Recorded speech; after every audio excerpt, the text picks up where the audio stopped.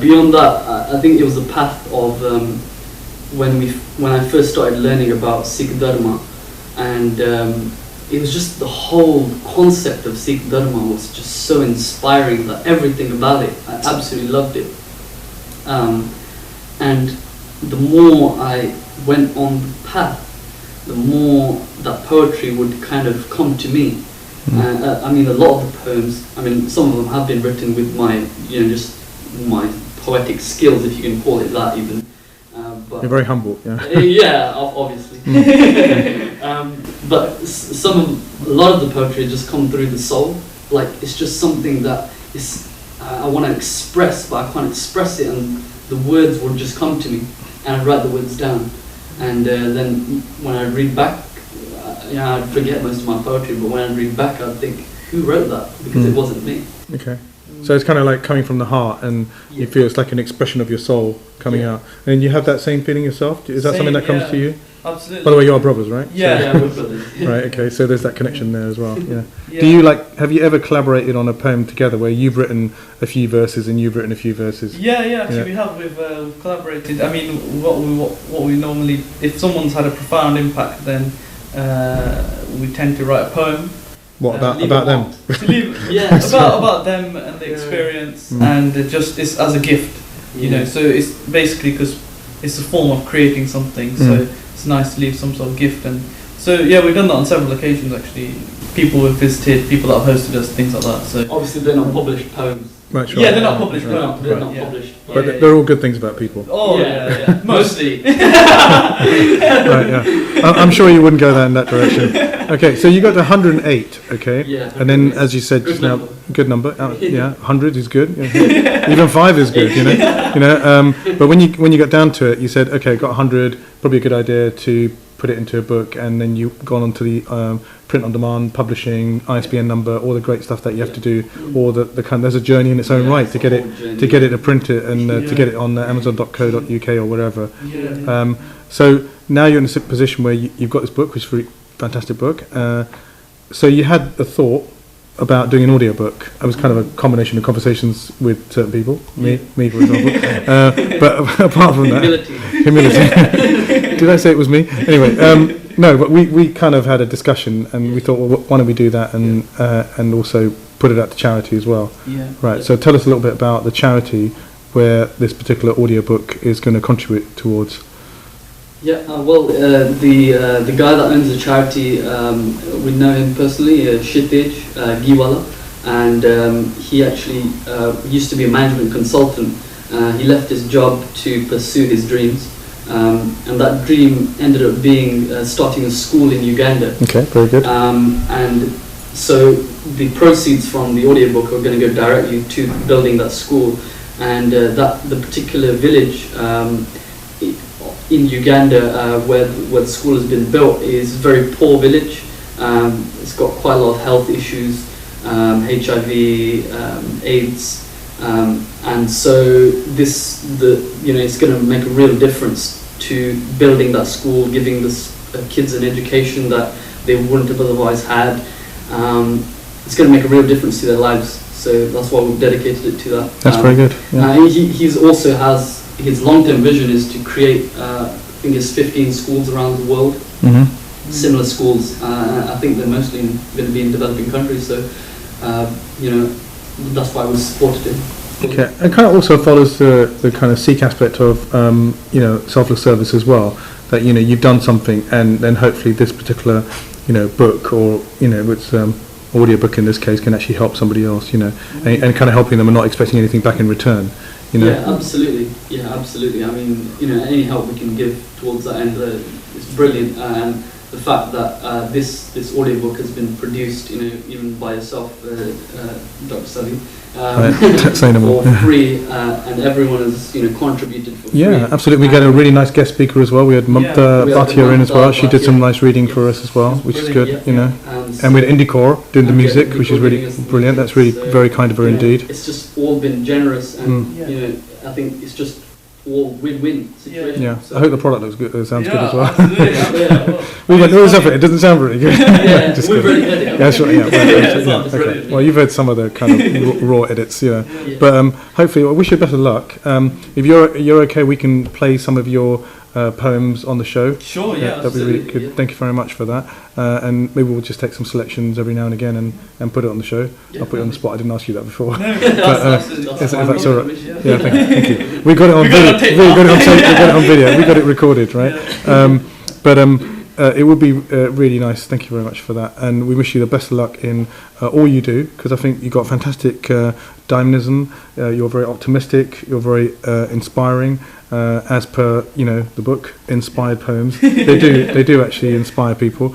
And one of the things I was going to say was one of the interesting things about poetry versus reading a book, which could be 50,000 words. I did tell you earlier on there were 77,000 words in here. But if you do read a book from beginning to end, obviously it kind of develops and you get different things from it. Yeah. But just as a closing note, what's your view on a kind of a poem, whether it be short or long? Do you think that's kind of a way of communicating a message? That's the first question. The second question is, do you think that poetry is coming back up and people are really into it now? Yeah, I mean, both those. I think firstly, in terms of long and short poems, I mean, these are actually really quite. I mean, in most cases, they refer to very personal, very individual thoughts, and but interestingly, some of the poems, or a majority of them, kind of talk to everyone. In that sense, so I mean, it was never intended to be like that, but it's just the way kind of the poetry developed. It flowed. So it just flowed like that, and it's really interesting. So and even whether it's long or short, every poem has a certain history or a story behind it, which necessarily the reader might not necessarily know, but the clues are in there. Yeah, sometimes when you read something again the second time, especially I noticed that especially in Vietnam and when you read it and you read it again, you get a lot. I mean, obviously that's on a different level completely. But it's interesting when you do sometimes read poems that are quite deep. You do get a kind of different, and then different people have different perspectives because they relate it to their own personal experience, which is quite interesting. Because you may have written it with one view, and somebody else reads it and thinks, actually that might help me, or maybe it gives me a bit more of a perspective to kind of improve myself, or whatever the goal is. I think that's the key, is the perspective that you can get from a poem, and I think that's the real impact that a poem gives, is that it can allow a person to expand their mind in some way and get a new realm, generate a new realm of thinking that maybe people haven't thought before in a new way. And as more people expand their perspective, the more the more their mind opens up, and more you can imagine. Your power to imagine increases. I guess that's what it is. It draws pictures in your mind as well, doesn't it? Yeah. So do you think, just on that the latter question, which is, do you think poems are up and coming? I think they are. Do you think there's a return? I think poetry, I think there's definitely more interest being paid to poetry. Because you've done a few launches, haven't you, where you've been, I think there was one in London where you probably did some readings there as well, didn't you? Yeah. I couldn't make that one, but it's definitely an interest that's coming up, and it's a bit of a shame because in fact, even looking at history, a lot of the Sikh lineage in particular is great poets, absolutely amazing. The best, the court of Guru Gobind Singh with 52 poets is astonishingly historically amazing, and somewhere we lost a lot of that. We lost nearly all of it. So I guess in some ways that this is also sort of a kind of a contemporary look on that as well.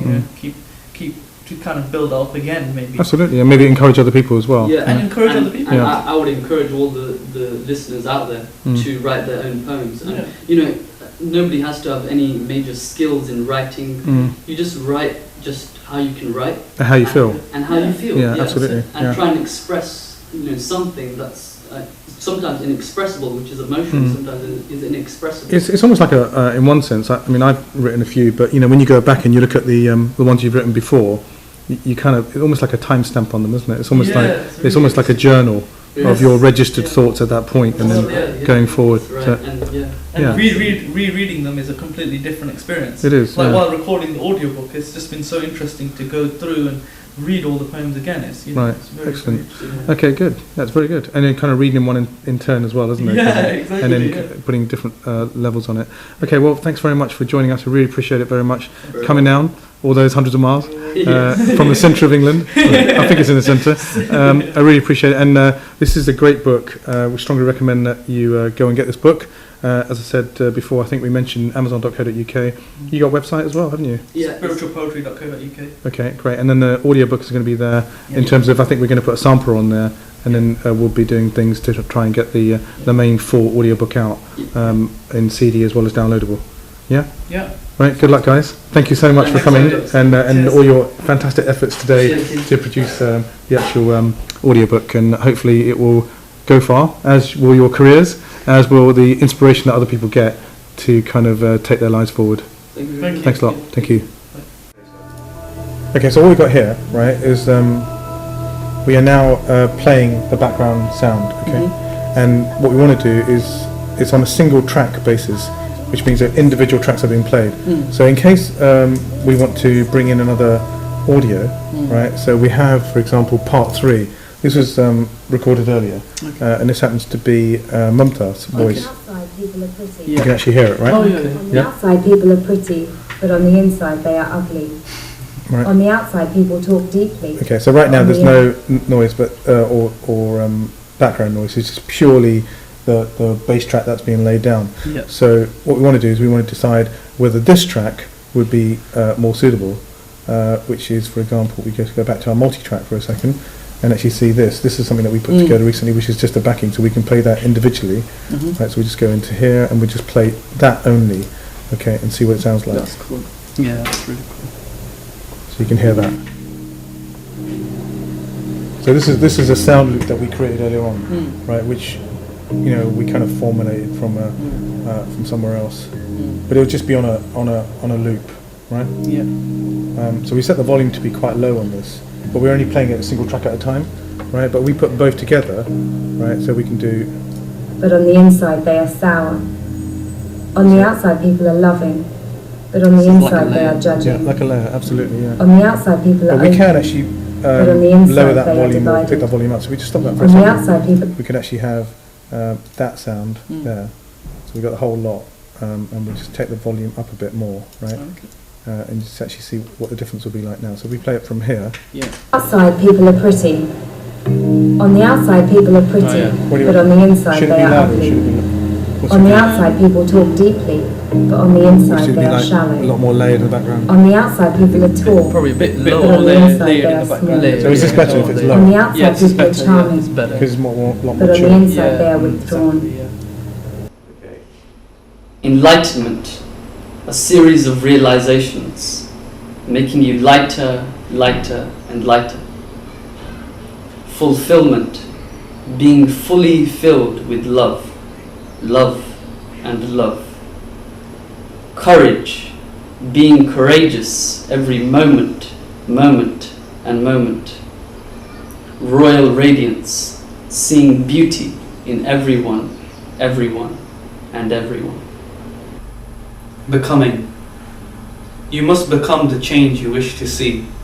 You must become the light of purity. You must become the soldier and the saint. You must become the vision for the faint.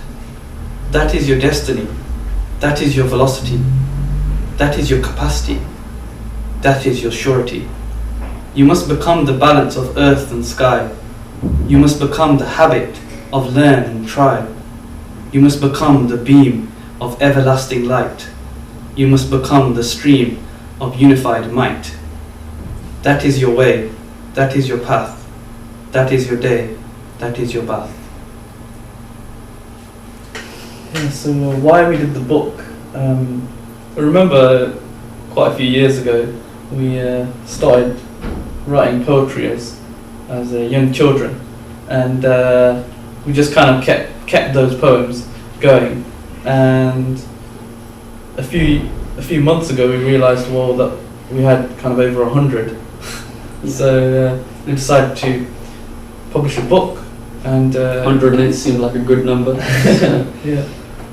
So we just decided to write 108 poems and publish it into the book, which is now called Spiritual Poetry: A Disciple's Journey, which is you can buy, is available from Amazon, and all of the bookstores online, major bookstores online.